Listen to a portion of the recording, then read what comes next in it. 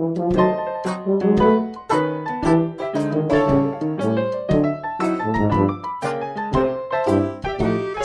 Anda ikuti Rehat Malam hanya di FM 91,2 Radio Kota Pati.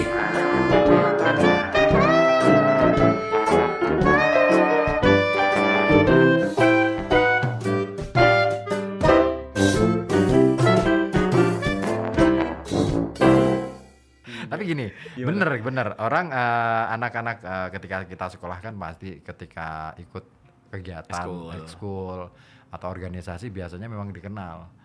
Dulu kan Put ini nggak aktif di ekskul apa gitu? Aku Pramuka paling ya? ekskul enggak. Pramuka dulu sempat tapi aku enggak begitu aktif. Cuman pramuka itu dulu diwajibkan sih. Bahkan menjadi momok.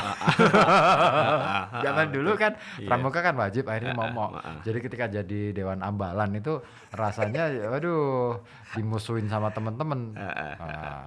Dulu aku ikut tuh Dewan Ambalan. Makanya jadi musuh banyak temen-temen.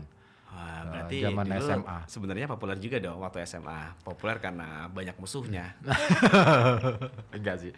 Kalau SMP aku ikutnya musik. Emang ini ya ada basic musiknya. Musik ya iya ikut band gitu kan. Wah, anak band. Keren. Anak band itu biasanya terkenal. Iya ya. Iya, biasanya terkenal. Terus setiap kali perpisahan kan pasti nyanyi. Betul. Wah, cewek-cewek langsung pada ini nih depan panggung. Enggak sama segitu. Aku tuh dulu itu lugunya minta ampun, nggak terlalu kenal sama cewek banget gitu. Tapi paling enggak di sekolah bukan dikenal sama teman-temannya, tapi dikenal sama gurunya itu di bidang apa, Kang? Aku lebih ke ini, tarik suara. Tarik suara ya.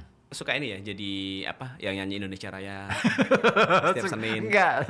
Kalau ada orang bersuara terus tarik.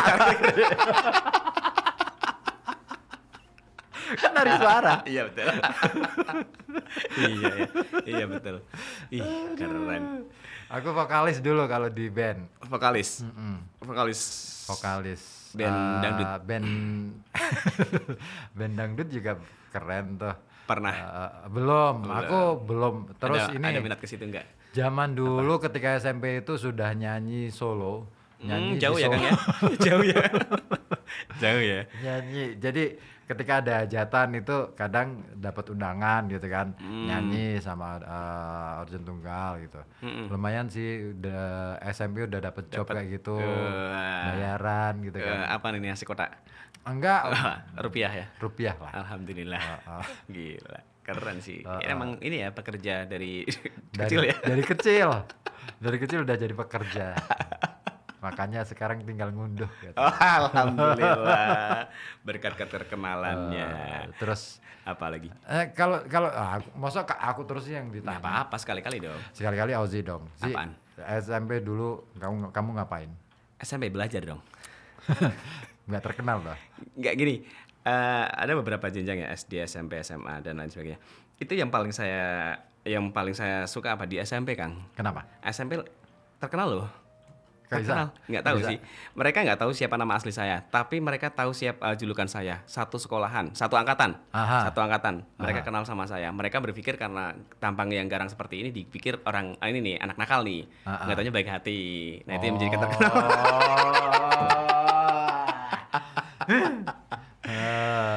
Gitu banyak, ya. Itu ya banyak akhirnya yang teman-teman cuman tahu nama saya, nama ini apa namanya, julukan, Nama telaan gitu. Tapi kamu siaran mulai tahun berapa sih? 2004. Umur berapa?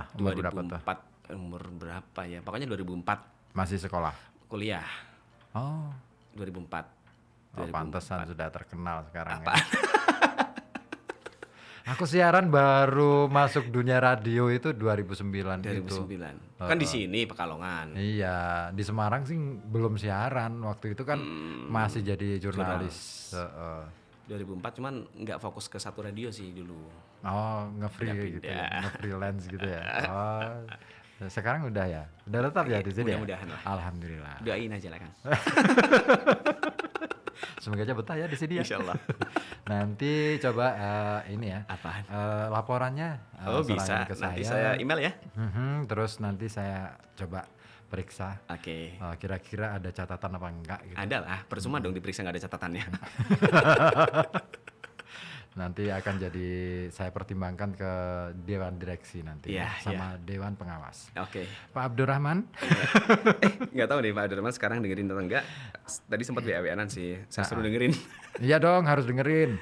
Supaya ini tahu bahwa ternyata di Rehat Malam ini nggak melulu apa ya istilahnya, nggak melulu ngobrol ngalor ngidul nggak jelas, tapi ada satu hal yang bisa kita pelajari bareng. Betul. Bahwa ternyata acara sesantai kayak gini nih bisa loh ya, kita buat media untuk sebarin informasi. Iya. Termasuk tema malam hari ini ya, populer tanpa polesan. Dan kepopuleran lagi Kang, yang tadi sempat disinggung sama Kakak Lia bahwa sebenarnya mereka yang ikut organisasi, katakan OSIS apa-apa, itu mereka lebih populer dibanding mereka yang nggak ikutan aktif di organisasi, dan itu pun juga nggak menjamin masa depan. Iya. Dan ternyata banyak juga orang-orang yang kembali lagi ke pendidikan ya. Orang yang ke pendidikan pun juga ada yang banyak yang menjadi populer. Betul. Ya, termasuk William Shakespeare. Terus kemudian jangankan itu, Albert Einstein itu kan dalam hal pendidikannya, dalam hal sekolah ya, saya harus dibedakan antara dunia persekolahan dengan dunia pendidikan. Oke, sekolah dalam gedung sekolah itu kan ngomong tentang bagaimana pengajaran, tapi pendidikan itu berbicara tentang bagaimana membentuk orang. Beda ya. Beda. Kalau sekolah cukuplah dengan hanya memberikan pengetahuan, informasi bahwa dulu ada namanya Abraham Bell, Abraham Bell yang menemukan telepon. Alexander Graham Bell. Terus dan lain-lain sebagainya, sampai mengapalin rumus matematika, rumus kimia dan macam-macam. Betul. Tapi itu hanya itu dunia persekolahan. Tapi kalau pendidikan, kita akan sampai pada tahap bahwa kenapa kamu harus mempelajari itu? Untuk tujuan apa? Ada nggak gunanya dalam kehidupan kita? Itu masuk ke pendidikan ya? Pendidikan, sehingga dia tahu bahwa ternyata aku belajar biologi supaya tahu bahwa ternyata semua makhluk hidup itu punya hak yang sama. Akhirnya seperti itu. Iya, semua makhluk hidup itu adalah makhluk Tuhan yang harus kita posisikan secara wajar. Dan pendidikan itulah yang membuat kita membuat karakter diri kita. Betul. Ya. Nah, problem kita kan di situ, pendidikan kita belum selesai sampai ke sana, baru di dunia pengajaran. Belum sampai merambah ke sana. PR siapa ini sekarang? PR Pak? saya. Selaku tenaga pendidik, selaku pengajar. Iya sih. Ya memang itu banyaklah permasalahan di situ. Makanya kenapa orang sampai kayak Mbak Lia tadi ya. Kak Lia tadi kan akhirnya kan punya pandangan bahwa nggak ada efeknya kok pendidikan ke dunia masa depan. Oke, mungkin iya di satu sisi, tapi mungkin tidak di sisi yang lain. Tentu ada efeknya juga. Betul. Apapun itu tetap ada efek. Nah, persoalannya adalah barangkali sebenarnya di dunia persekolahan kita ini baru pada tahap itu, tapi kemudian orang bisa mengembangkan dari bekal awal pengetahuan yang diterima di sekolah itu, kemudian untuk membaca situasi di lingkungan sekitar. Paling nggak di sekolah itu udah bikin kita punya basic lah ya. Betul. Ya pengembangan diri memang harus dijalankan secara berproses, secara kontinu. Nggak bisa berhenti di satu titik, bahwa orang sudah merasa mencapai pada titik tertentu terus akhirnya berhenti, itu adalah itu sesuatu yang salah. Dan kita pun nggak ada batasannya ya untuk bisa mencari itu ya. Ya makanya belajar itu every day, every time. Ghazali dong. Nah betul, every day, Ghazali every day. Belajar. Oke. Ya apapun itu, aktivitas kita hidup itu kan sebenarnya belajar. Dimanapun tempatnya kita juga belajar. Bahkan saat kita tidur pun sebenarnya kita sedang belajar memahami. Belajar memahami. Kan gini, ketika kita ketemu dengan ngimpi dan macam-macam, begitu tenangnya tidur gitu kan. Saat-saat tertentu kita bisa gelisah saat tidur. Kenapa bisa itu terjadi dan macam-macam. Akhirnya fenomena itu kan yang membuat kita akhirnya jadi berpikir sebegitu hebatnya kehidupan itu diberikan kepada manusia. Betul ya. Iya ya. Kita selalu belajar. Bagus nih. Kasih aplaus dong ya. Iya dong. Perlu standing aplaus nggak? Iya dong. Gue gitu loh. Gue gitu loh. Gigi ini metu loro. Nih kalau kata Mbak Anti di Batang. Kakak Ozi populer karena hubahnya. Hubah. Mas gitu ya? Enggak. Iya Enggak sih. Hah? Iya. Hobanya khas ya. Iya karena kalau kita nggak hoba sih nggak ini Nggak jalan. nggak jalan. Perlu penghobahan. Iya, kata orang Jawa bilang nggak obah nggak mamah. Gitu. Nggak obah nggak mamah. Iya. Kalau kita nggak melakukan sesuatu, maka kita tidak akan mendapatkan apa-apa yang bisa kita nikmati. Oh itu ya filosofi orang Jawa. Oh sangat dalam filosofi, tapi ini bukan wedangan ya.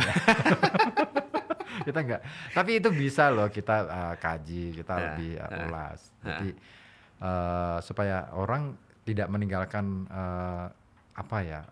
jati dirinya sendiri. Sebagai orang Jawa tetap ya harus tahu kejawaannya, batas-batas menjadi manusia dalam perspektif filsafat Jawa itu seberapa. Gitu. Nah itu yang mungkin yang menjadi permasalahan untuk milenial itu seperti itu Kang.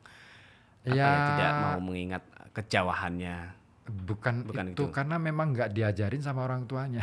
Dan orang tuanya yang sekarang menjadi orang tua pun tahu nah gitu itu loh. dia masalahnya. Itu persoalannya. Nah, termasuk ini Kang, pengenalan terhadap radio pun juga sekarang udah minim sekali. Betul, makanya kita perlu nih berkunjung ke sekolah-sekolah. Bus to school nih. Kasih pelatihan. Siapa tahu ada anak-anak yang sebenarnya punya potensi, ya kan? Terus tapi dia nggak tahu harus disalurkan kemana. Boleh nih sekali waktu kita bikinlah istilahnya program penyiar untuk pelajar gitu.